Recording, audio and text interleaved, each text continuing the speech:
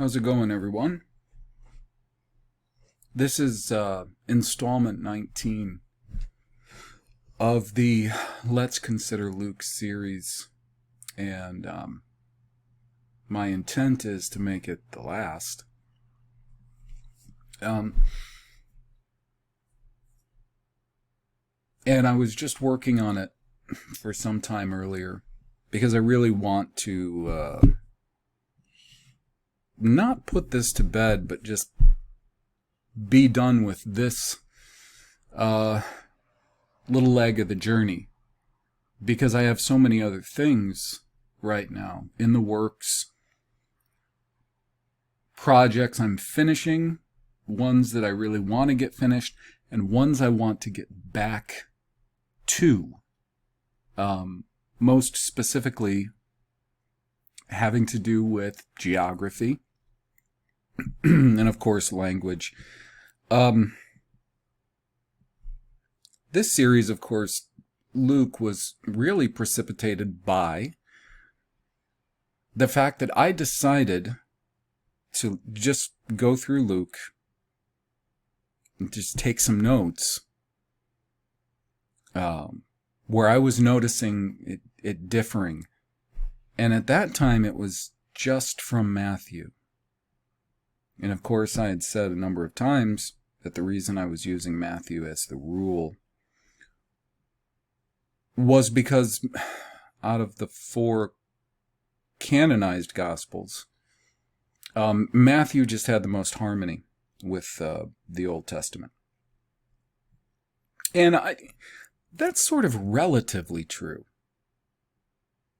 And maybe here's kind of the problem with this last installment, let's say, Let's Consider Luke. That's not entirely true, is the thing. And any of you who listened to all of the other episodes, 18 other episodes of it, you'll notice that I couldn't help myself when I would get to concepts in Matthew. And let's be thankful that I didn't compare Luke to Matthew and Mark and John, because the series would then be so long. And this is part of the issue. This is part of the issue I currently have. And it's maybe one of the chief reasons that I don't even know how effective it would be at this point in time to simply go through the verses that comprise the last chapter of Luke, which, for most of them, except the Gospel of John, the last chapter, is supposed to be the things that occurred after the resurrection, from the time of the resurrection on the first day of the week, and what transpired forward. I don't even know how productive it would be just to go through and compare all of the variations, the differences, and often the contradictions. And there are serious contradictions. There are especially extremely serious contradictions coming from John, more than anything. But they're also there. They are there in Matthew. They are there in Mark. It is the things that I've noticed in the time that I've spent on this in the last 18 episodes is how bizarrely strange it is that there will be portions of Luke, chronological portions, textual portions, conceptual portions, that will harmonize so closely with, let's say, Mark. But both of them then will be in contradistinction, contrast, contradiction to Matthew or to things in John. And then there would be portions in Luke that would be so harmonious with John, which didn't happen often because John is such a train wreck of a difference in gospel accounts in many ways. We're not talking about, the author of John just thought it was more appropriate to accentuate certain things, and he put in a bit more theology than, let's say, the other three. It's not that. If it were that, those differences would be understandable. They would be forgivable in the sense that if what we have to assume, and we can't not think about this, what we have to assume is that for historians, not for evangelists, preachers, for voices speaking of lofty, ethereal, spiritual things, for historians went about recording the most. So based on our culture and the way we believe and act,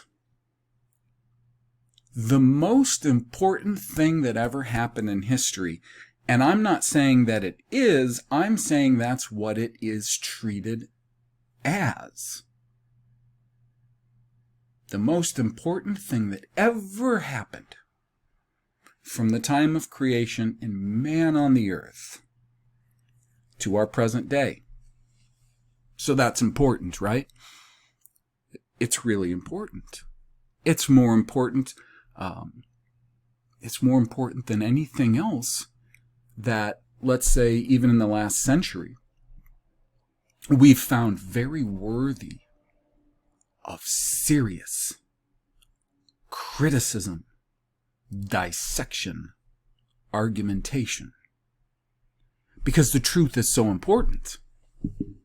Because lives hang in the balance between truth and lies. Lives hang in the balance between truth and lies. And if the world is weighted down far more on the side of lies, then those lives are being lost. Those lives are being mistreated. Those lives have lost their quality. Those lives have lost their meaning.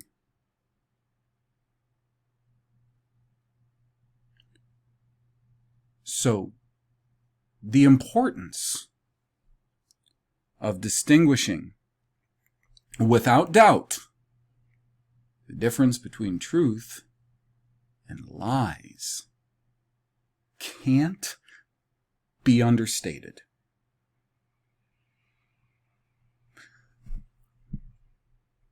The four canonized Gospels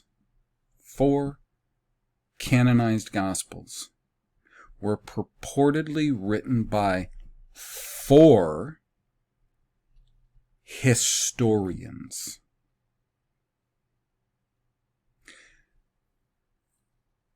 And the importance of that is that none of the spiritual claims, none of the assumed spiritual truths relayed in the Gospels, or any of the other text ideas that follow them forward throughout the New Testament, none of them can be regarded as absolute spiritual truth if they cannot be regarded as absolutely historically accurate. this is so important.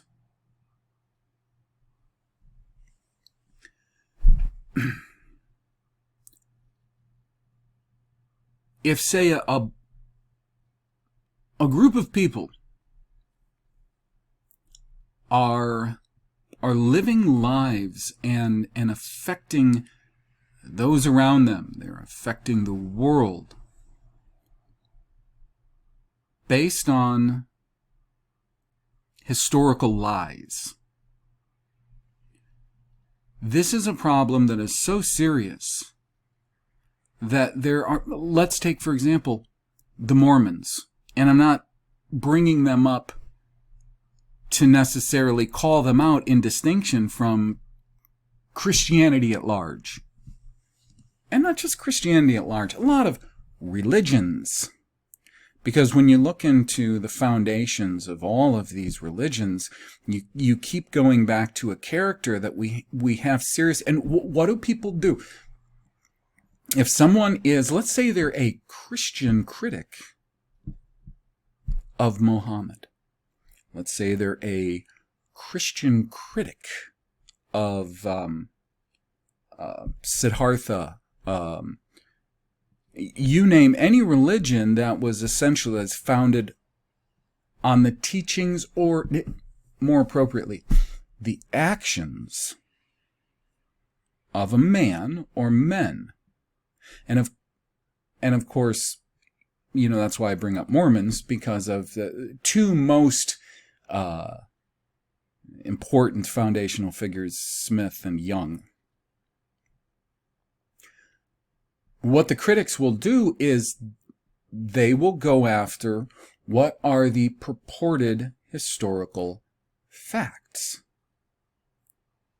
And you all know this. That's exactly what they do, because they understand something. Even the Christian critics understand that if there is a serious problem with confirming the secular, so we'll just say, we're not spiritualizing something, we're just saying, when I say secular, it's just to say that, you know, we can absolutely prove and pin down that a certain action happened at a certain place in a certain time. That's just what I mean by secular. They go after that set of secular claimed facts, events about the people, about the foundations thereof. Because if those things can't be confirmed beyond a shadow of a doubt, then it casts serious doubt on the validity of some sort of a religious spiritual practice, of the adherence of whatever that religion, philosophy, behavior, whatever it is, has. For something to be true, for something to be a spiritual truth, you have to be able to confirm, I mean really confirm, it's happening in a certain place at a certain time. That's why if, say, a regime came along and they had a serious problem with a certain people that were, say, dispersed amongst their cooperative empires. Let's say you had a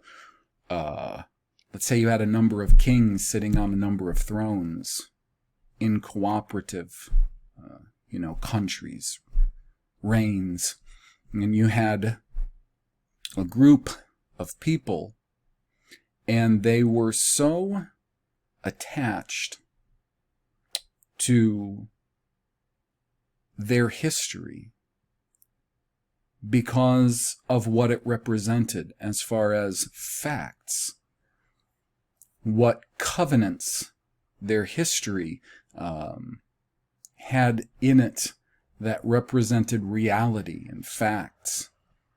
They were still attached so much to the language having to do with that history. In fact, things happening in a certain place at a certain time. That could be borne out in reality. You could see these things happened, these things were said, promises were made, simply in what was happening to the people that those things were having to do with. Historical facts.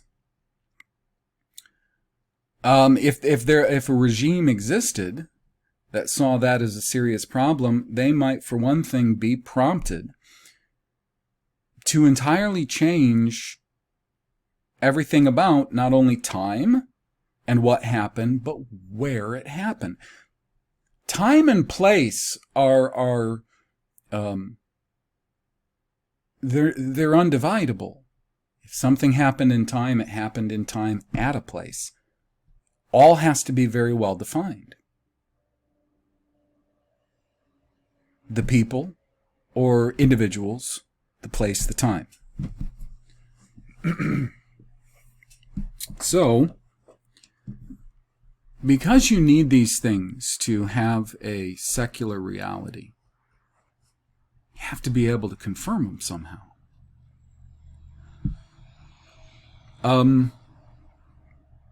You can't have any sort of valid spiritual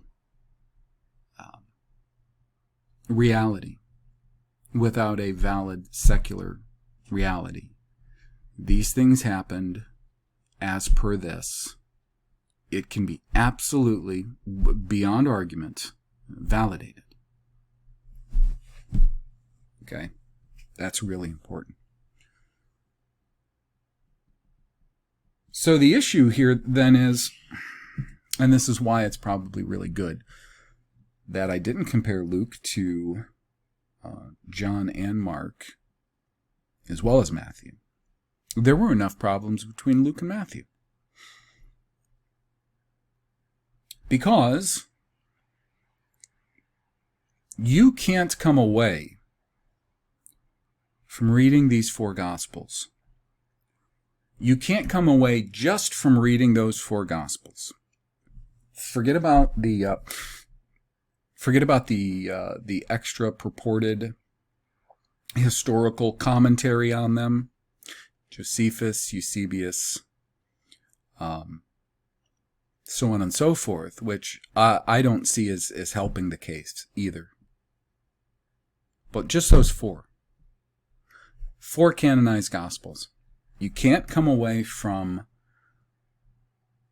reading them and paying very close attention to the details in each of the four and come away with some kind of very strong affirmation that certain things absolutely happened in a absolutely certain way and time, historically. Because there are too many contradictions to this story. Now, do we at least have a certain similar silhouette? A certain similar timeline? We do. And in fact, that's why they call them synoptics. Matthew, Mark, and Luke, I'm sure, would certainly pass Fomenko's mathematical system of putting chronologies together and seeing how much the ones that he claimed were repeated later on, maximum correlation principle is what he called it. Those three would certainly spike and trough correctly, and if you pulled back enough, John would too. Because John still follows a certain chain of events in the sense of born around a certain purported time, John doesn't seem to agree that he was born in Bethlehem, because there's a portion in John where they actually argue about where he was born. People, they have contentions because they say this is from Nazareth. He was supposed to be born in Bethlehem. And okay, so there are those disagreements. But does it have a general, do these four Gospels share at least a general structure? They do. They do. But that's not necessarily proof that the four of them or any one of them is based on historical fact.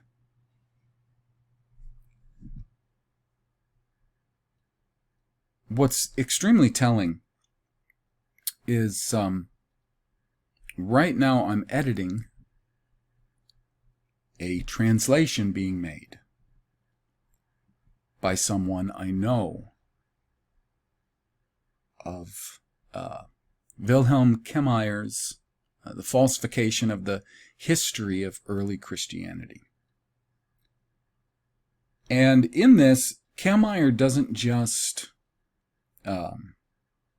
examine early Christian purported documents, papyri and parchments. He doesn't just do that. But he has to move to the secular too, because this same author also wrote Falsification of the History of Germany, and he wrote another one about the falsification of the Middle Ages. So in doing that, and those two were written before he wrote the Falsification of the History of Early Christianity. So in writing those, he had to spend a long time in secular histories. And one thing that I learned from reading him, which I believe I knew before then, just instinctually, is you can't look at simply what the experts are saying makes something true or genuine. He said because they can use methods that are very flawed, and a lot of them are likely using these flawed methods not maliciously, but because they simply aren't thinking about the weakness and the assumptions in their method. But what he said is you always have to look internally. You have to look at what factors exist. In, let's say, we'll just say a papyri. A papyri shows up, and it's claimed to have been found by such and such person at such and such time. The experts look it over and they date it, and they say, well, we think it has to be from this time, and it has to be in origin, this place, and so on and so forth. And that's what they're going to get from their, literally what they do is a type of superficial examination, examining the material, as in what it's made from, and the paleography, looking at the writing, the lithography, not considering for a second how easy it actually is to fake those things. It's very easy to fake so-called ancient artifacts and documents. Very easy.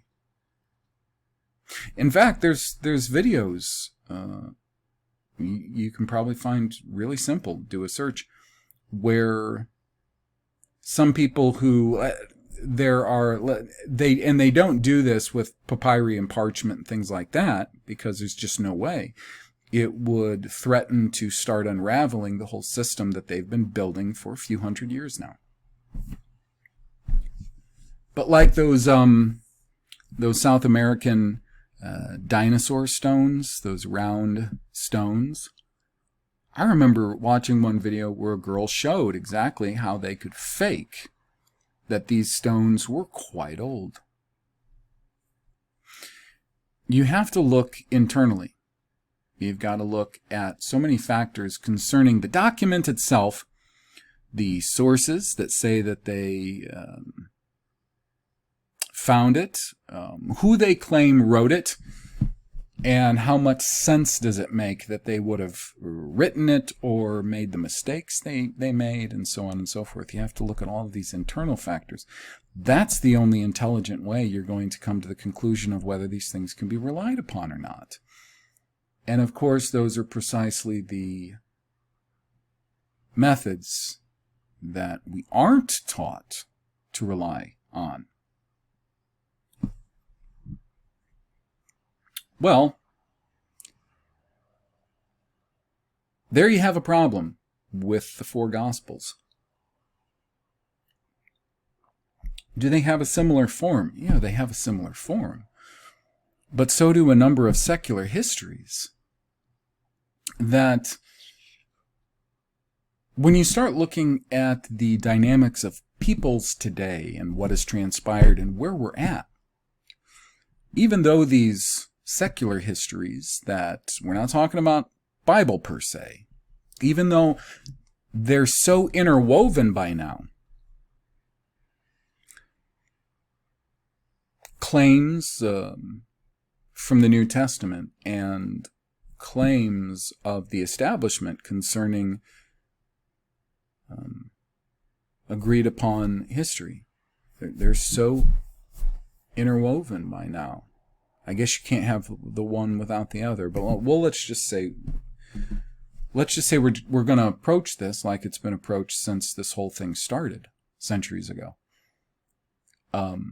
Secular and Christian. There you go. I was going to say biblical. Secular and Christian. So the thing is, even though secular histories, there are a number of them, they have similar form. They'll claim certain kingdoms reigned at certain times in certain places.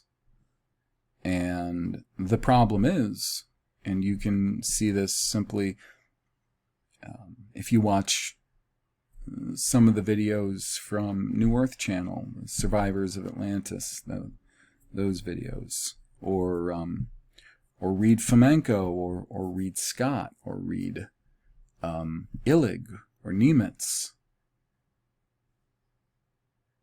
They keep pointing this out, that there is a serious problem that we see in everything that exists around these claims that secular establishment history is made about what happened when and where. And there's a basic form to it all, but it falls apart on closer examination. And therein is also the problem with these four Gospels. Yeah, they do have a certain form to them. But again, you can't walk away from reading and studying, paying close attention to these, and think that, one, they have any harmony with the Old Testament. And I'll get to that. If I don't get to that in this video, I'm getting to that in the work that I'm doing, because it deserves some serious treatment. The other problem is, if everything happened the way the Gospels claim, in time and in space, in and on the earth, where and when, and all of the implications were true, traveling forward, we should have seen quite a different history from then till now. And there's a lot more to it. There is also this idea that we see all of these fulfillments in the Gospels from the Old Testament. And when those are examined, those fall apart. They fall apart. Some might remember years ago, I decided I'm going to do a series that are actually, that look at the prophecies in the New Testament in their Old Testament context. And what I was going to do is just literally look at them and talk about the implications of them. Expand on them. And what I found within,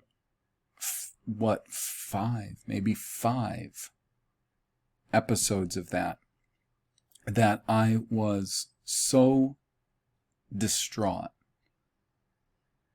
because of how weak these purported prophecies were.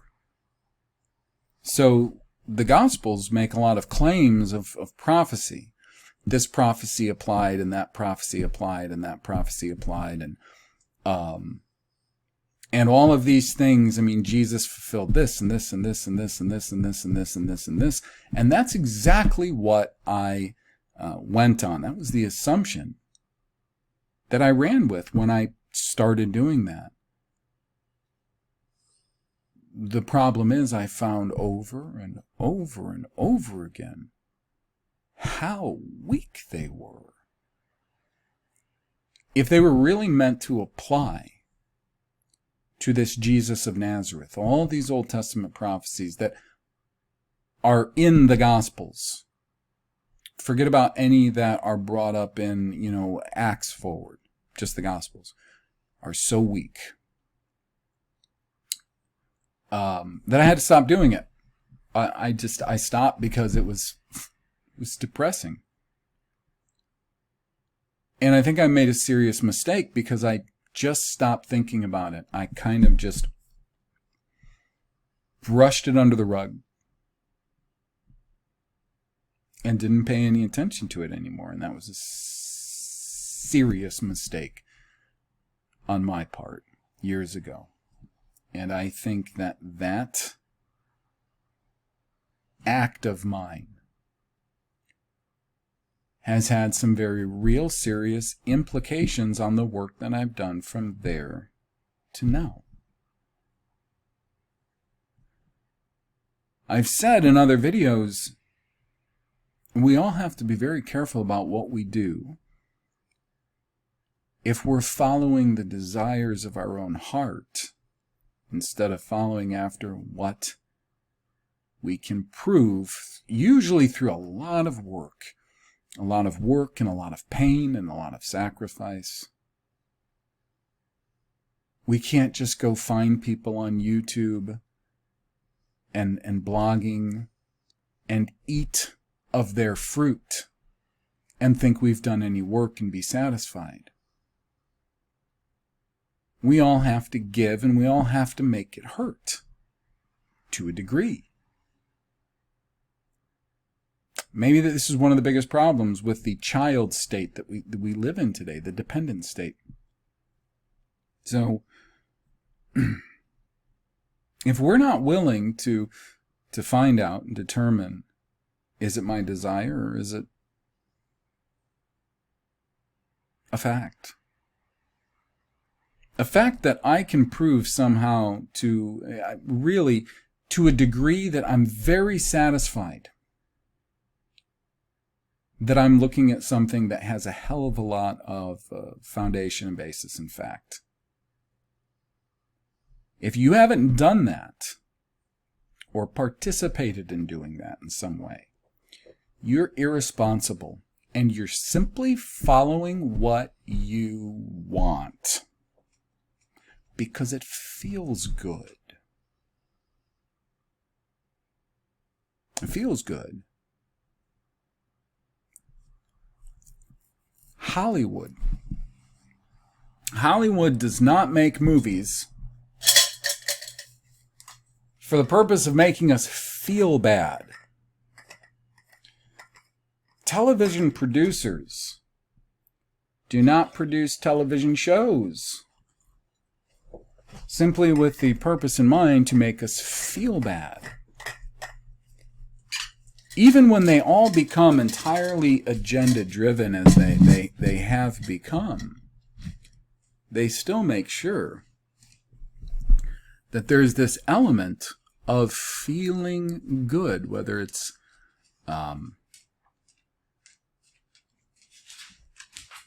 just the eye candy and sort of simple, unbelievable stories that transport us out of our very difficult, mundane, oftentimes shitty lives, to something else.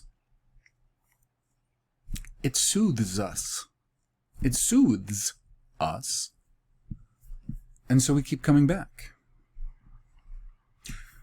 Movies, television, books, novels, specifically, magazines, Facebook,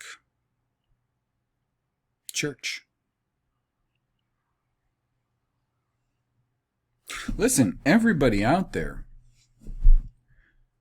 you've known at least one person. You've known people.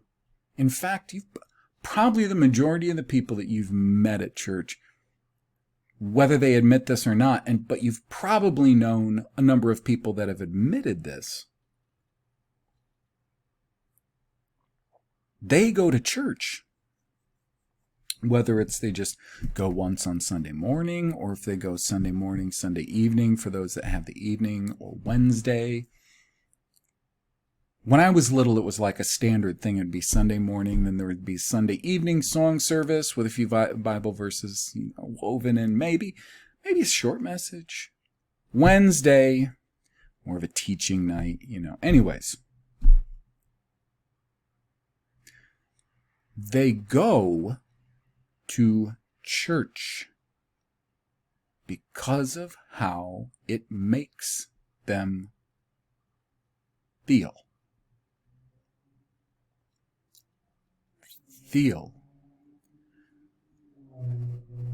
Everything is terrible in life. They just had a terrible week of compromising because virtually every last one of them compartmentalizes their Christianity. Okay, they have a compartment for their Christianity. And they have a compartment for their job so they can make that good money. And, well, there's implications to what they get out of it. Anyways, they're bummed out. And the kids are bumming them out. And the bills are bumming them out. And those damn fucking Democrats are bumming them out. So they just go to church. And they feel so much better at church. And if there is a pastor there who is quite talented, very well versed in delivering a message in just the right way, and if you will just detach yourself from what's going on and the feelings, it feels so good, and all the people being so friendly. If you detach yourself from that and just pay attention to what goes on there, even the structure, when they do things, how they do things, there's the greeters at the door, there is the social time, there is the quiet initial prayer, then there are the songs to put you into a certain state and mood. The message, because you're in the mood, you're in that state. The message. Cap it off with an emotional song. No thinking, no weighing, no considering what we're doing. How truthful this guy is being. Is he even sincere? What kind of family does he come from? Why is he doing this job? We don't think about those things. because we feel good. And if he's really good at what he does, boy, the congregation, they're going to get together. They're going to make sure he's taken care of. He makes us feel good. You don't know. Sunday morning, I can feel so bad. And I go there, and between the fellowship and the song ministry and that message, oh boy, I feel just like I did watching The Lord of the Rings, Star Wars, Marvel.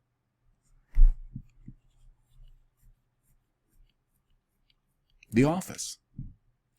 Whatever.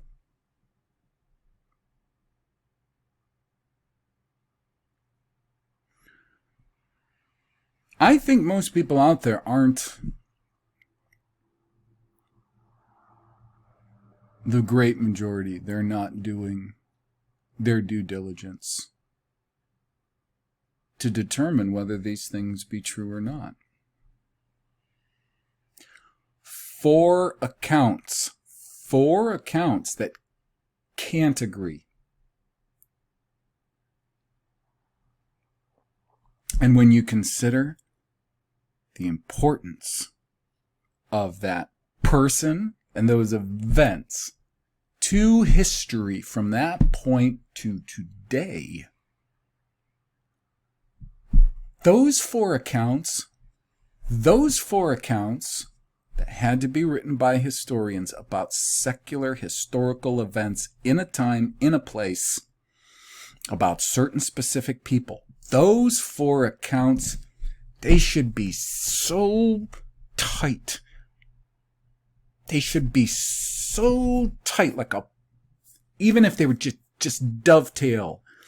The dovetail joint should be so tight you can't slip a piece of paper in there. But they're not. They're absolutely not. And they leave so many questions and unsureties in your mind. Reading between the 4, not to mention the atmosphere brought in by Acts, the letters of Paul, letters that don't seem to agree with Paul. We can leave all of that aside for now. Just those 4 Gospels have so much room and so many gaps. There's no dovetail, there's no tight joint that cannot be penetrated. They're full of holes. They're full of perforations that can be penetrated very easily. Therefore, anyone can read anything they want into them.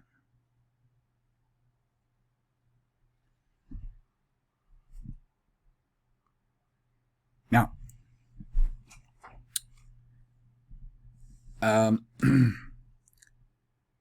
if 4 historians recorded a certain thing happened last Tuesday, man assaulted another man, and it was over this thing, and these are all the factors so that you can understand the motive, the assault itself, the outcome. We can understand that situation, and there's not a lot you can read into it.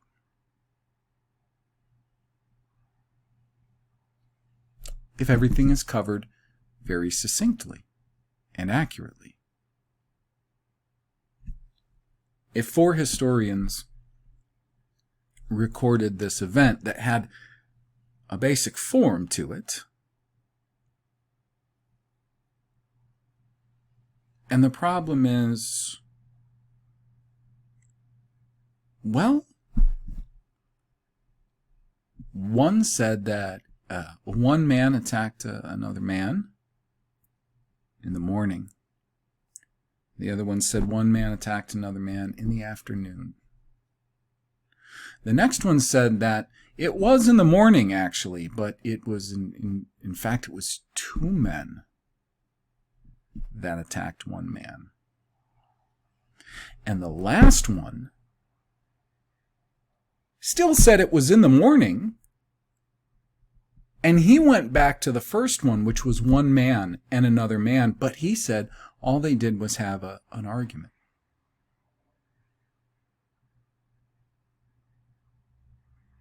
And you're telling me you would examine those 4 accounts and you would say, well, all 4 of them, I'm sure, are true. They have the same form, right? I mean, they all say it was on Tuesday. Come on. They all say it was on Baker Street. They've got the same form. Maybe we're just not understanding how they fit together. Well, for something to be true, it can't happen both in the morning and the afternoon simultaneously. For something to be true, one man and 2 men cannot attack one man. It's either one man or it's 2 men. I'm not taking the slick-talking Norman Geisler route, which says, well, if there were 2 men in the tombs of, which is it? Is it the Gadarenes, the Gerasenes? Which people? What land? Anyways, he says, well, if there were 2 men, then there was 1 man. That's literally what he says. If there were 2 men, there were 1 man. Well, yes, if there are 2, then there are 2 ones, but if there are 2, there isn't 1. Do you understand? There is a difference between 2 and 1. 2 is not 1. 1 is not 2. So if 3 of the accounts that say an assault happened last Tuesday on Baker Street say that it was 1 assailant and 1 says it was 2 assailants, you can't assume all were correct.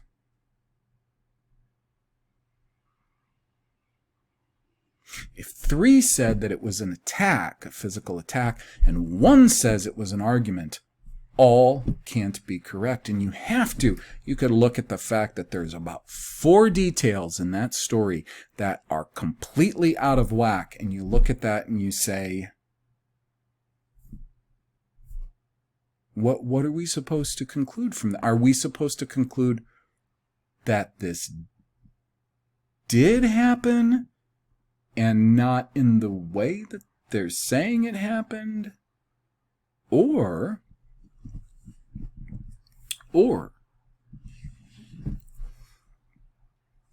what if, in today's day and age, all 4 accounts said that it was a white man who attacked an Asian man, or a black man, a non-white man, non-white woman?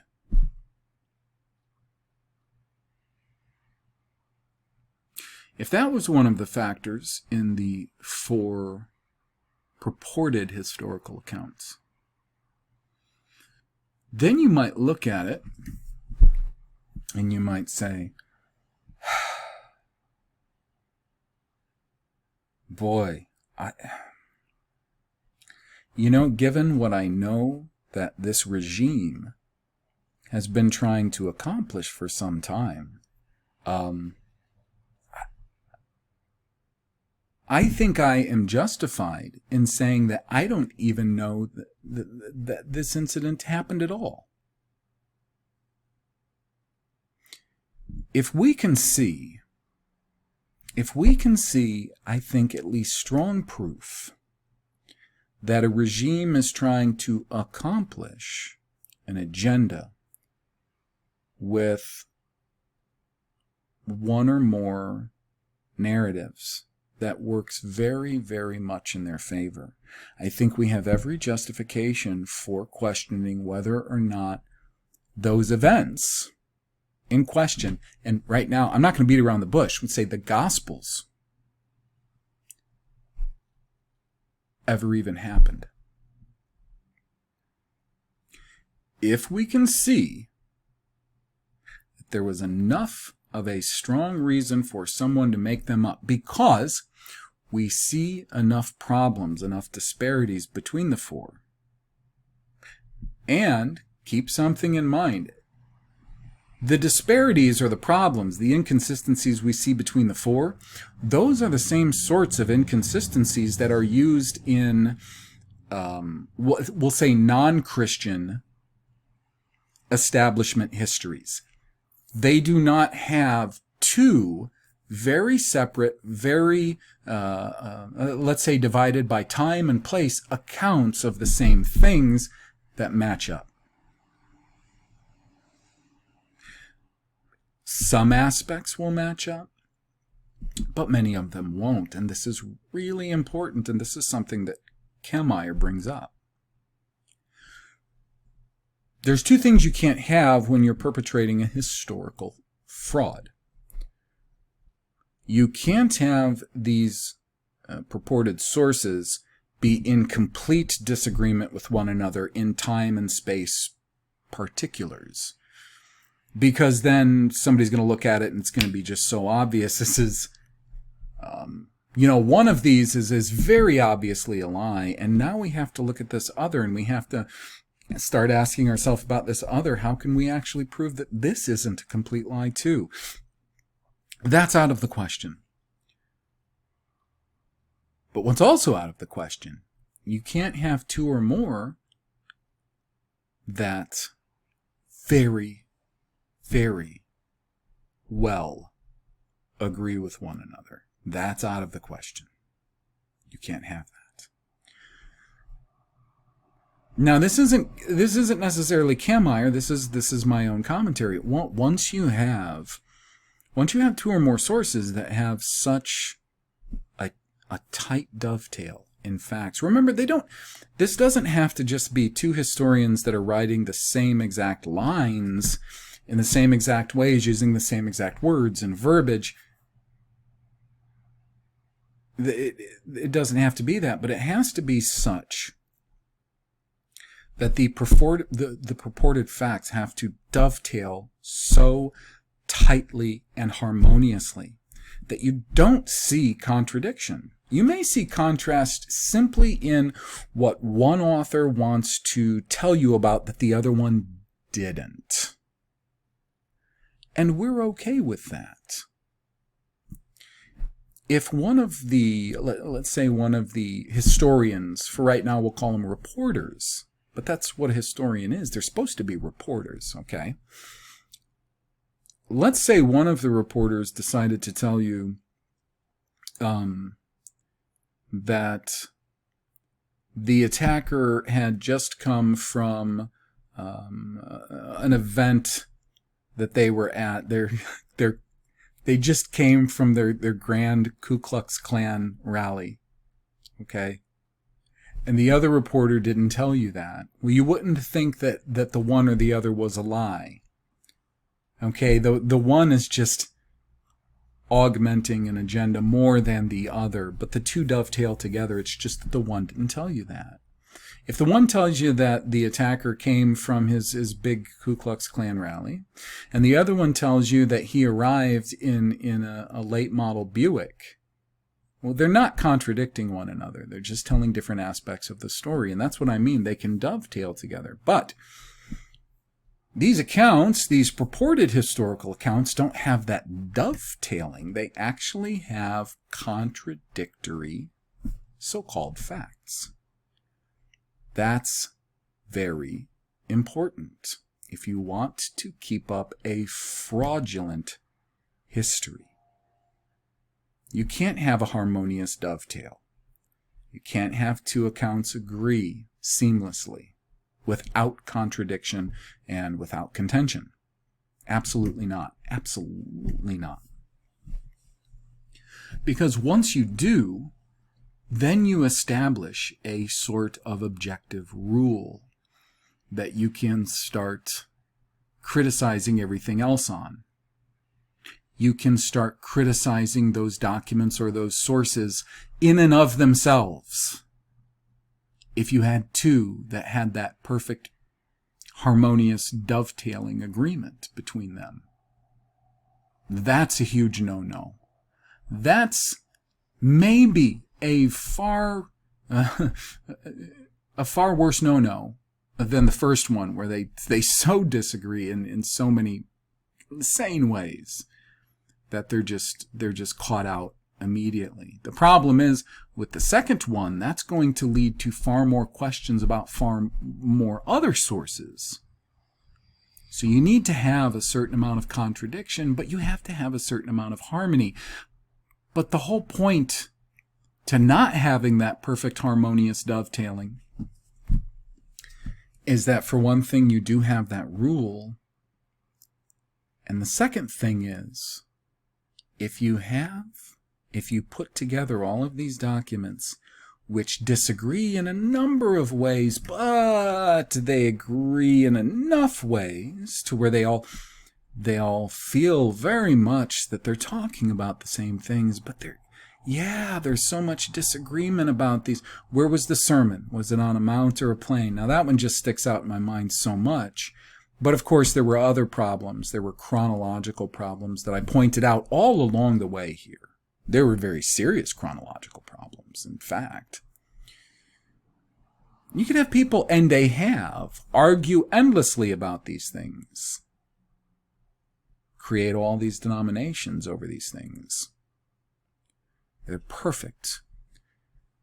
You can take them and you can discover your own flavor of what it is exactly Jesus means to you. What exactly baptism means to you. What exactly the crucifixion means to you. Because there's so much, there's enough significant difference between them where someone can go in and just extract what they like. The CI people can extract what they like from John 8 and Jesus' condemnation of the Jews. The Universalists can extract what they like from Matthew 24. Take the gospel to all the world, teach all nations, all people. Or they can go back to John, extract John 3:16. He loved the world so much. Or you can go back to Matthew 10 and see how he said, only go to the lost sheep of the house of Israel. You can extract what you want. If you want to open up your own flaky suicidal death cult, you can go in and extract passages from Mark that may be in some versions, may not be in some versions, about handling snakes.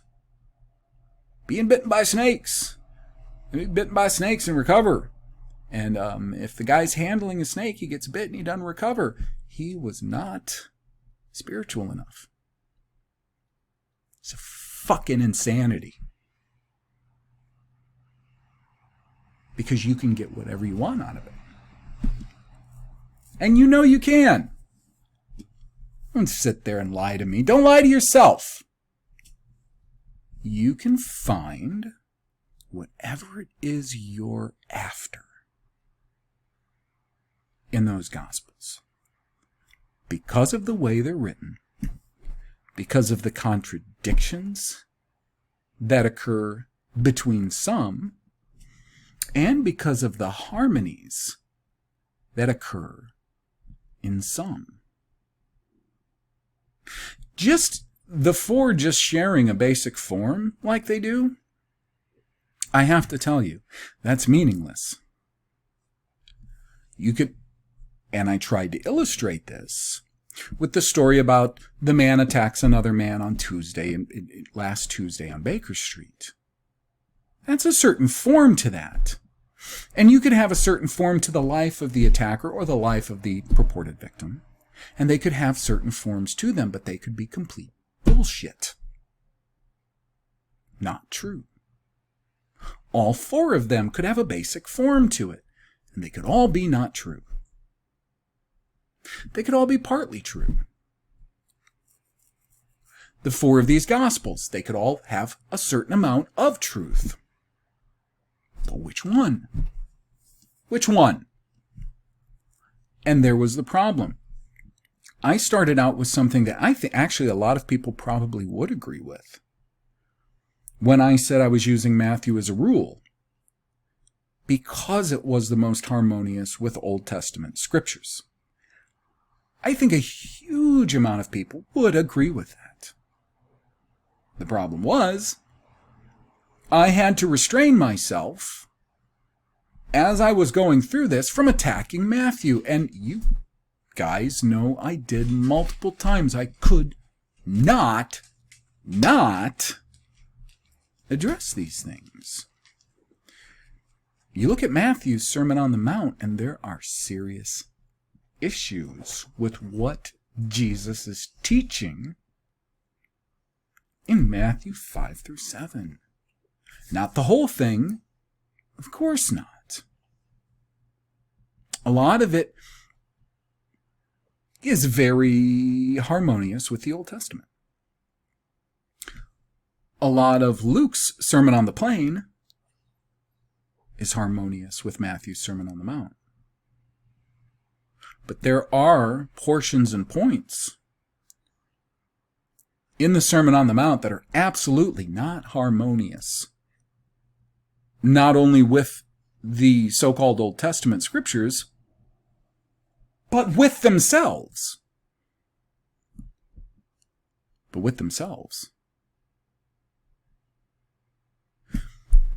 If Jesus says, don't think I came to abolish the law, I did not come to abolish the law, but fulfill it. And then, in that same chapter, he's teaching that certain points of the law are antiquated, and that he's got a better way.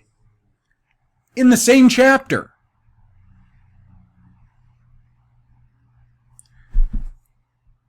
And I would come to all these points in Matthew, and I would be looking at Matthew, and I'd be looking at Luke, because I'm trying to compare them. And I have said that Matthew is the most harmonious with Old Testament.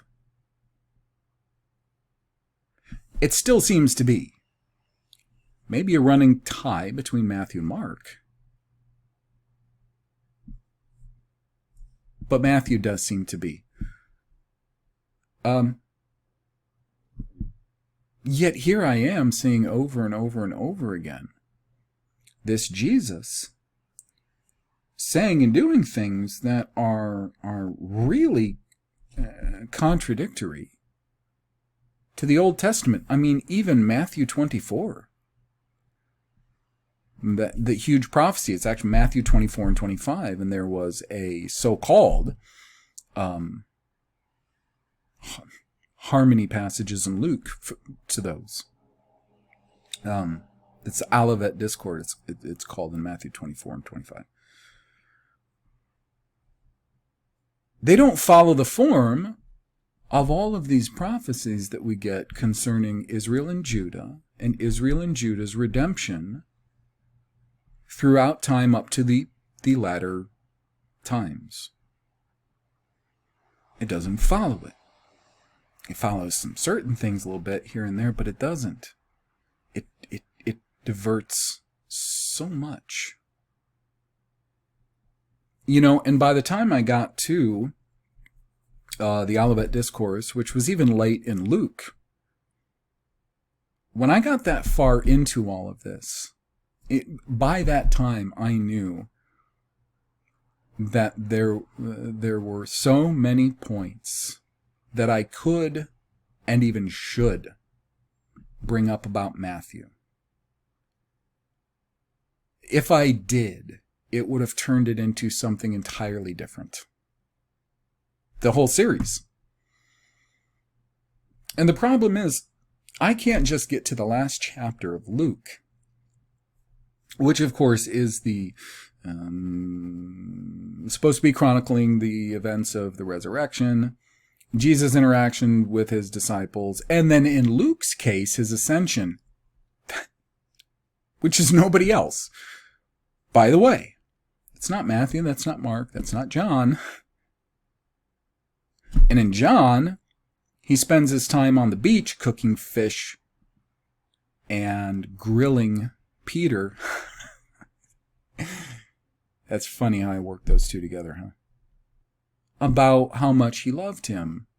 Completely different than accounts that we're going to see concerning what he did between Mark and Luke.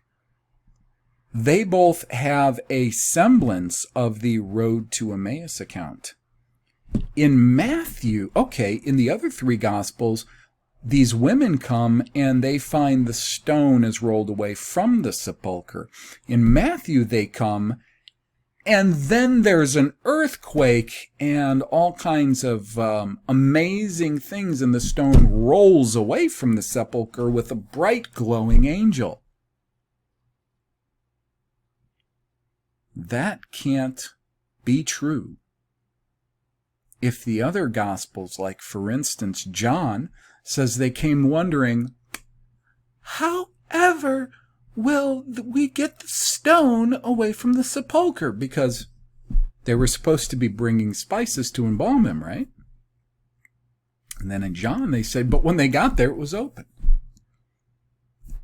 In one account, it says that guards were still standing there, because if you remember, in one of the gospel accounts, it says that the Pharisees went and bribed, or no, they begged the Romans to put guards there. When the Romans said, just put your own guards, we're not sending our own guards there. Okay? But that's only in one account that there's guards there. In Matthew's account, there's the glorious angel that literally rolls the rock away in front of them. That's the only account in which that happens. In other accounts, they have to go into the tomb to find one man. In another account, there's two. In one account, when they see the rock is rolled away from the sepulcher, they go and get Peter and John, bring them back. Then Peter and John see that he's gone. Then they leave. Then they interact with the angels. No kidding. But they all have the same form, right? They all show up on the first day of the week, early on the first day of the week. I mean, what are you complaining? What are you going on about? Right? They're all true. Right there. Look, they all say that they all say it was women. They don't always agree on which women or what they were doing there. They all, but they all say it was women came there, and it was the first day, early on the first day of the week. They all got that, and well, I would like to say they all say Jesus is gone, but they don't all say Jesus was gone, because in one he's like disguised as a gardener.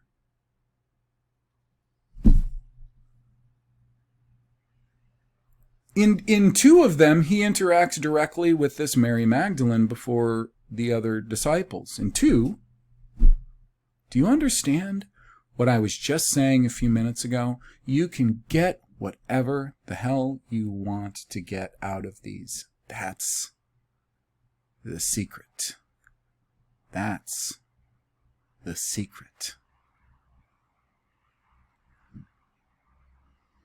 Why did Pilate say, what is truth?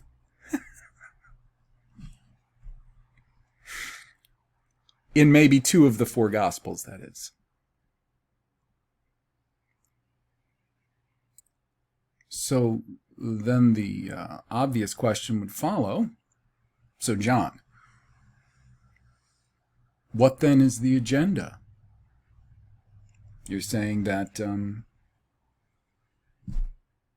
we have every reason to potentially disregard something as perhaps entirely untrue if we can see a maybe not crystal clear, but enough factors regarding, a certain agenda that's being applied.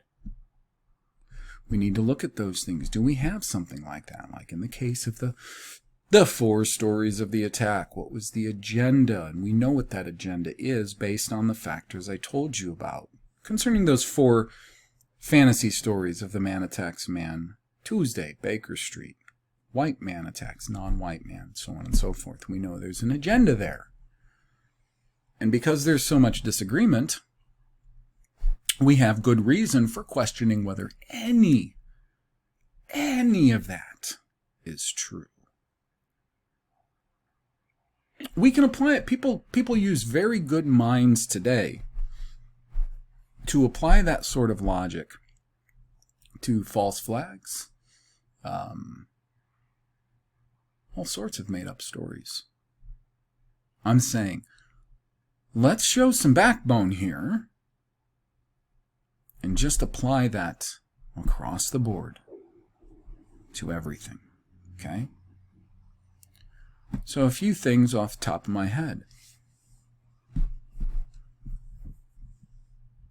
Time issue, for one thing. A time issue. What do I mean?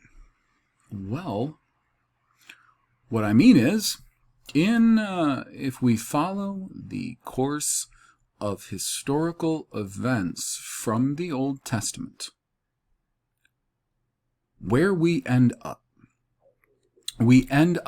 at a small, we have a gradual yet consistent reduction of the tribes of Israel over time because of their behavior for a very long time, down to a point where they are taken, the territories, the people populating the territories of Judah and Benjamin, which would be the kingdom of Judah. These inhabitants eventually they succumb to being taken, and let's add this: a century before, a number of territories of Judah were actually taken by Asher. There were territories of Judah, just not Jerusalem. Jerusalem and certain other areas were preserved in Hezekiah's time. Okay, this was about a century before. So there were pockets of territory that were still managed or in the power and control of Judah, and mostly had Judahites and Israelites dwelling in them. So then we see at the end of 2 Kings, 2 Chronicles, both, that they're taken away to Babel. Then we see them in Babel for about 70 years, and then they get commanded that they can go back. They can rebuild Jerusalem, since it was decimated by Nebuchadnezzar and his captain, Nebuzaradan. I'm sorry if I got that wrong. When they come back, there's really only a remnant of them that come back. A lot of them, they stay in Babel. Maybe they are traveling in different provinces around the world, because remember, Yahweh told them when they were under siege at the time of the last few kings of Judah, through the prophet Jeremiah, he told them to go to Babel. Stop fighting, stop being nationalists, go to Babel, and I'll bless you. You'll do very well. So a lot of them probably did very well and didn't want to come back.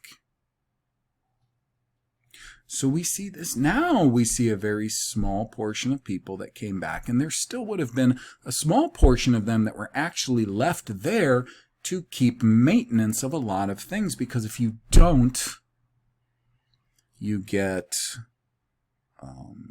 overgrowth, and you get crumbling of structures. You get wild animals that move in. You get wild tribes that move in. So you need a certain amount of people that simply maintain places, areas, buildings, infrastructure, okay? But we still have a very small number of people coming back after Babel. And these events are recorded between Ezra and Nehemiah and prophets such as Haggai and Zechariah, two that I can think of off the top of my head. And then, of course, a lot of people just assume Malachi is the last prophet, but I did an OBRY briefs showing that it was entirely possible, because there's no dating in Malachi, that because of certain circumstances in Malachi and the fact that he specifically prophesied of Elijah the prophet by name, that he likely was prophesying not of John the Baptist, but of Elijah the prophet. Because first, that's just the most obvious thing, isn't it? Just like Isaiah was prophesying about Cyrus, not a spiritual. What do they do all the time? They say all this. The Old Testament is so full of types and shadows. It's full of information that either comes to pass or hasn't quite come to pass more than types and shadows. That's something read into it. Now this this ties into agenda. So Judah, Benjamin, Levi, and then certain sparse amounts of Israelites now have come back, as recorded in Ezra and Nehemiah, and Hezekiah and Haggai. Hezekiah specifically is prophesied that, in conjunction with Daniel, that there would be this kingdom called Yun, Y-U-N, Yun, that would essentially overtake the holdings, at least, in that land, at least, of Paris and Madi. Those were the co-kingdoms, with Paris, of course, being far stronger than Madi by that time. And that it would be Yun that would scatter Judah and Jerusalem. Those people left. Not the fourth kingdom, not the Roma, not even mentioned in the Old Testament. It was the third kingdom. But, as per the Gospels, there were 400 some odd years between the last prophet, who they say was Malachi, and we don't have any dating. In fact, internal evidence would lead me to believe that it was written far before Elijah even existed. So, essentially, the last prophet that we could probably confidently say existed and penned anything would have been Hezekiah.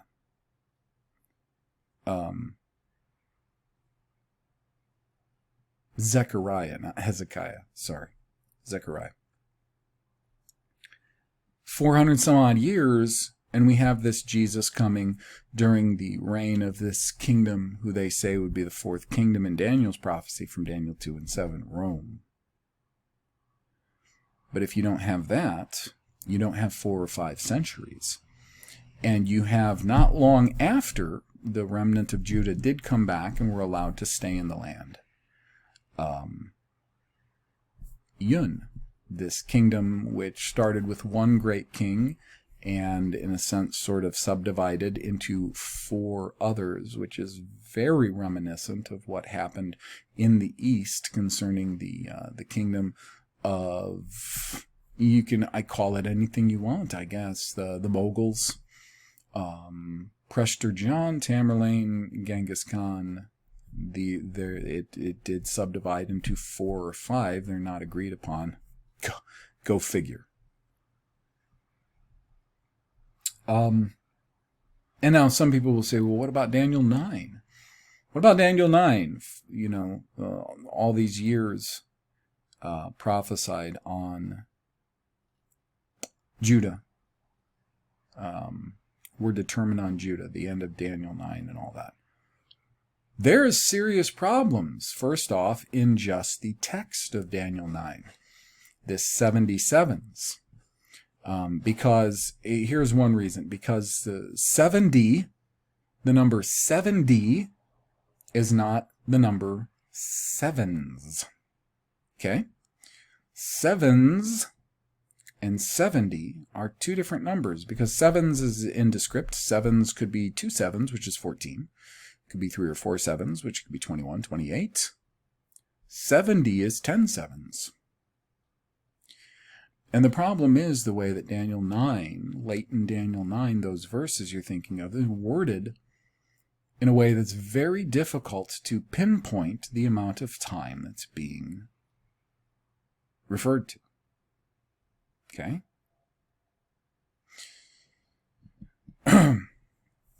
And that's it. That's the only verse anybody's got where they could point to and say, what about that? There's all that time. There's serious problems with the way that we interpret numbers, or the way that numbers have been lexiconized and translated and interpreted to us.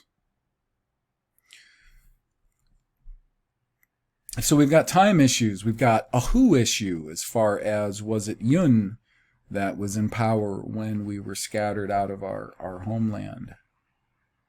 And when? Okay? So those are enough to believe in agendas at work, especially if it's truly the fourth kingdom prophesied by Daniel in Daniel 2 and 7 that's currently in power. They would absolutely want you to think that it was some other kingdom called Rome a long time ago. So that's one thing.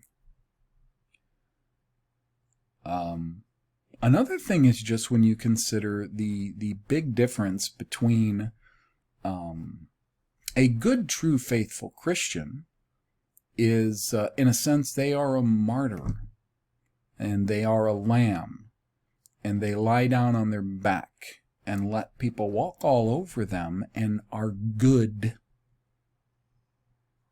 while doing so.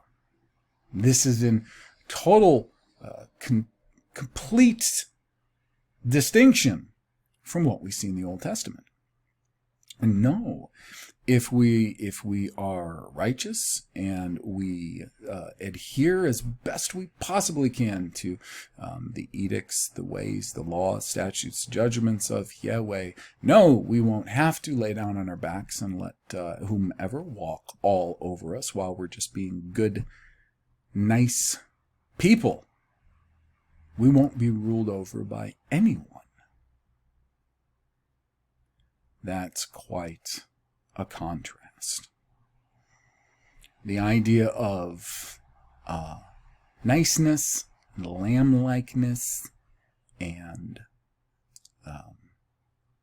martyrdom, and victimhood, in contrast to, if we adhere to the law with all our hearts to the best of our abilities and do all the work we can to try to figure out how they've changed the text of the law and the prophets so that we can adhere to them, we'll be ruled over by no one.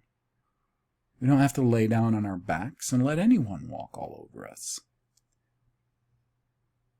And that's what's promised in Deuteronomy 28 and Leviticus 16. And that is in very sharp contrast to the ideas that we see throughout the New Testament.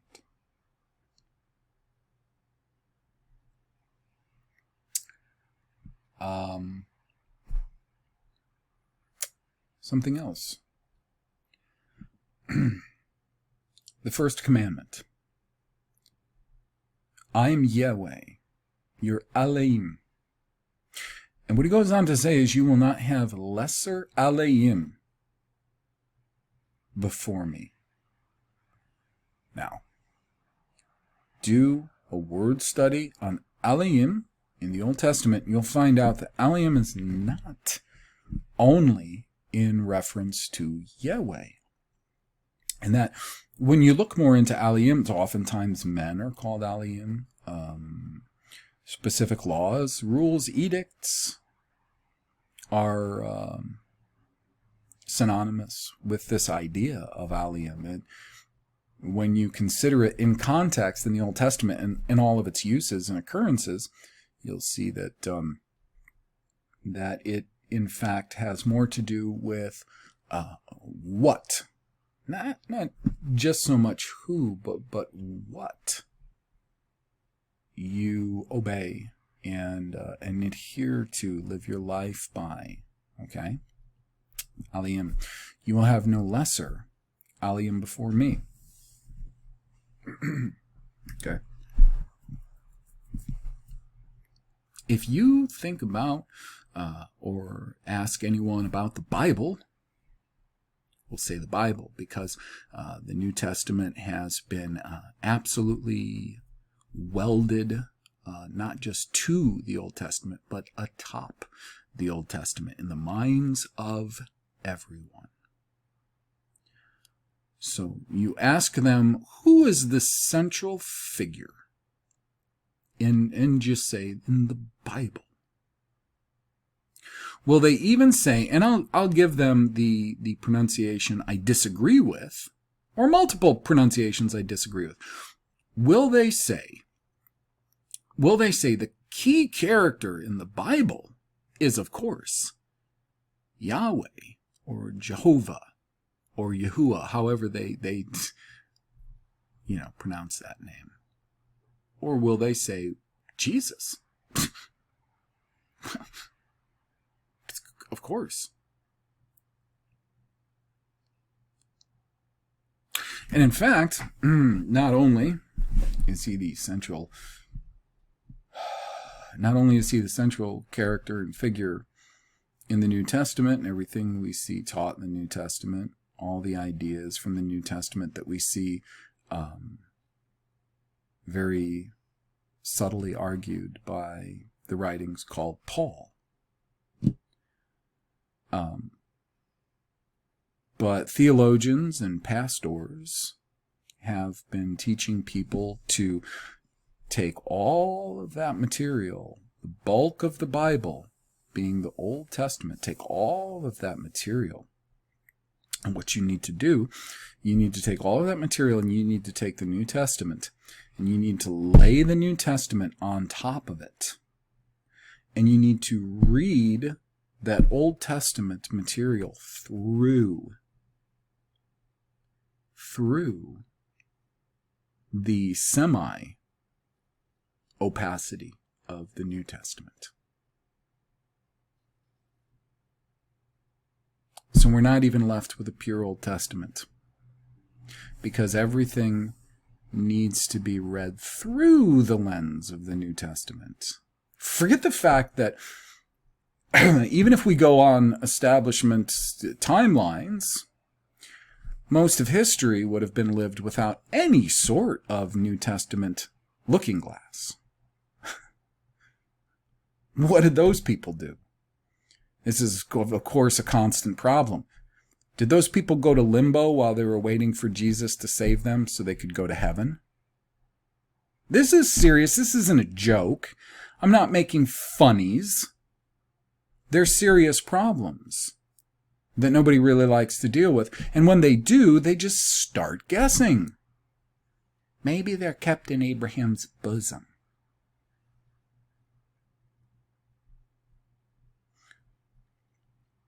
And now the people that are a little bit more sensible, they'll say, well, they go down and they just sit and wait in the grave until they're resurrected. I mean, that actually has more sensibleness to it based on, the New Testament. But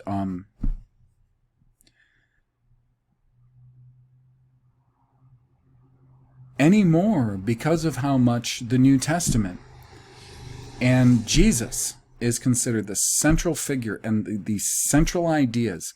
Everything we see about the New Testament, Jesus, salvation, heaven, hell, all the teachings of the Apostle Paul, they all apply so much on top of the Old Testament scriptures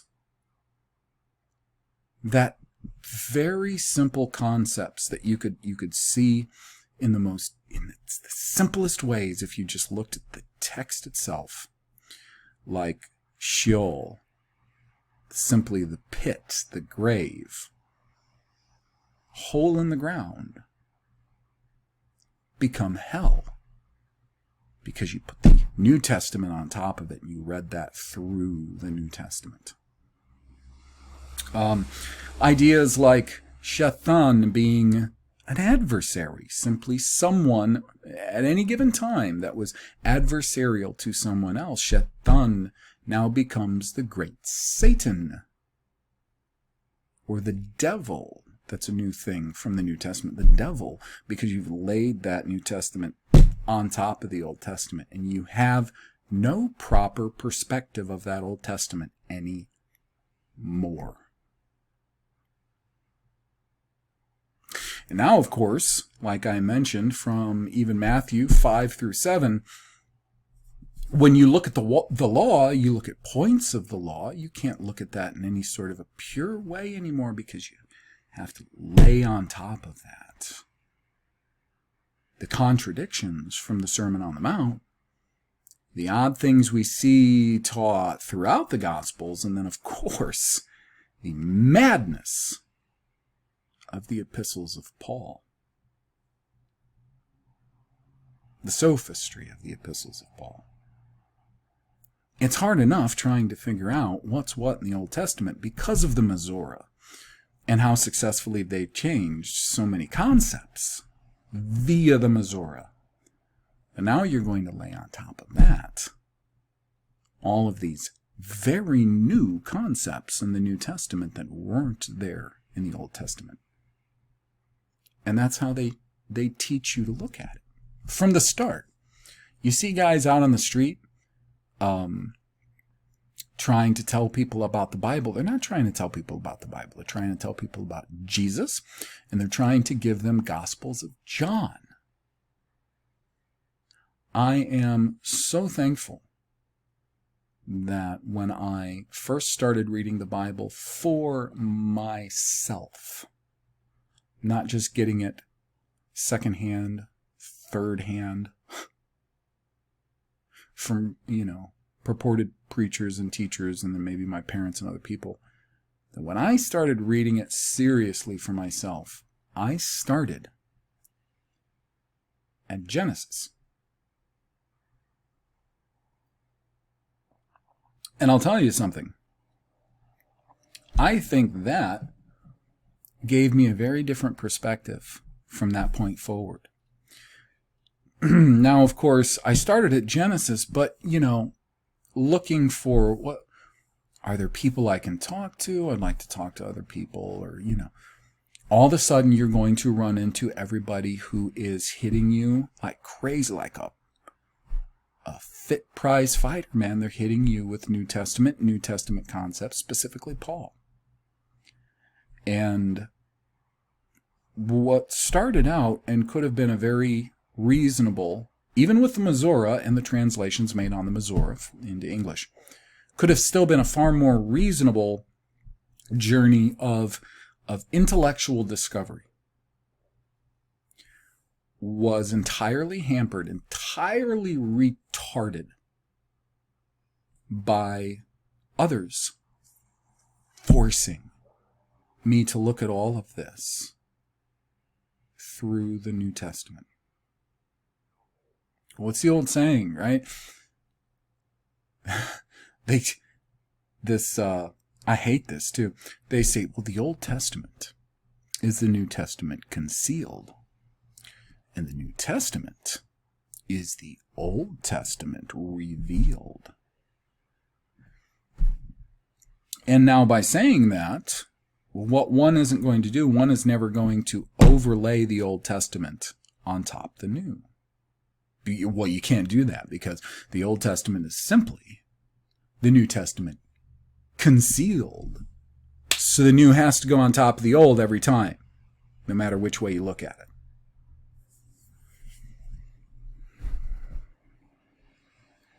And there are far greater implications, specifically against and concerning the current regime that the Old Testament addresses pretty adequately, even with the Masorah and the subsequent English translations.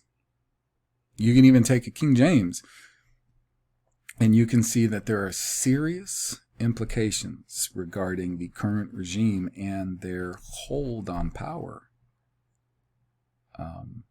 and what is promised via covenants, blessings, cursings regarding the law that you can find in Deuteronomy 28 and Leviticus 16 specifically. You can find it peppered throughout the law and the prophets. Through the whole thing, there's a total consistency to it all. The inconsistency comes when we get to Matthew 1:1.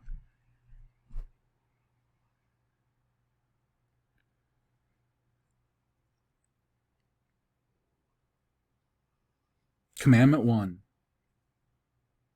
You will have no lesser gods before me.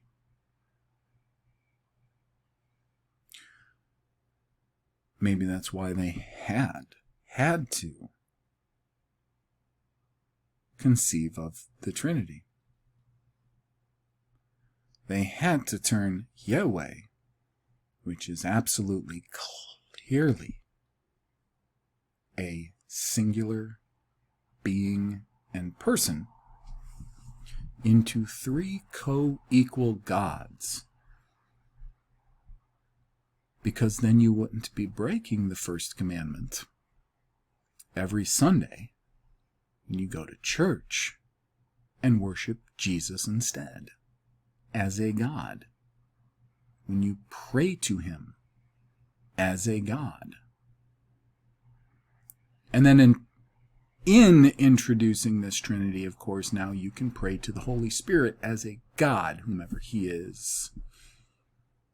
And it's nothing but confusion.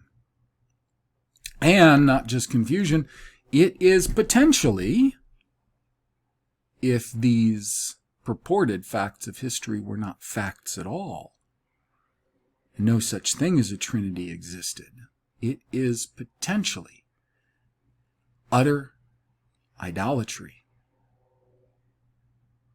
And it is such widespread, permeated idolatry, permeated into every aspect of our life, our thoughts, our deeds, our culture, that it's inescapable that we would be breaking the first commandment, and in such a profound way, and of course breaking all the commandments, because the other big thing is we think we all live under grace as opposed to the law, that we would continue to languish under the curses of Deuteronomy 28 and Leviticus 16, if these things be so. If we are all simply idolaters, following after our own desires and our own lusts because they feel so good, then we are indeed idolaters, and we will indeed stay under the curses of Deuteronomy 28, Leviticus 16, and the current regime will indeed continue to hold power over us. That, to me, sounds like a very strong motivation to introduce a very good feeling agenda in the form of something or someone that takes the focus away from our God and the covenants with our God into something entirely different. So look, at this point, and if you hear sneezing in the background, that's because I'm not alone anymore. At this point, this subject requires very serious treatment. And not by me alone. I've been treating it for a long time. In fact, to my degradation, I've not been treating it. but I can't get away from it.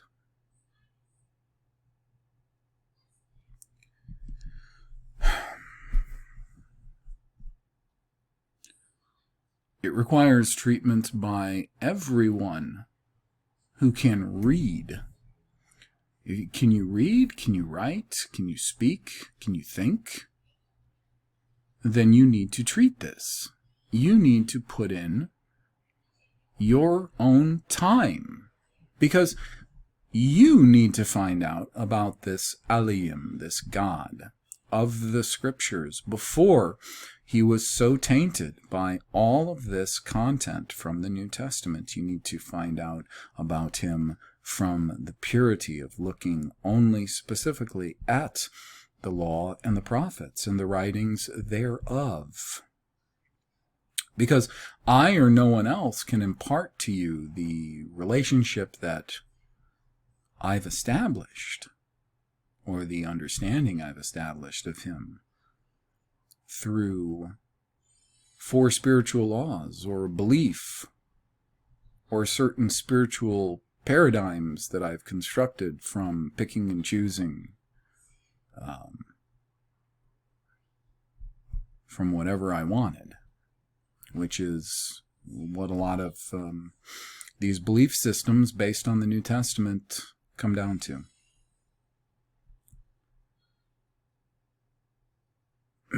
So, with that, I am concluding this series.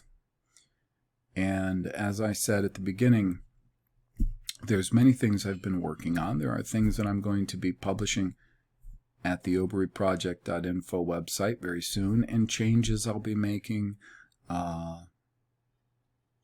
So that's that. But this is the end of Let's Consider Luke, and this is how I've chosen to cap it off. So with that, I'll see you next time.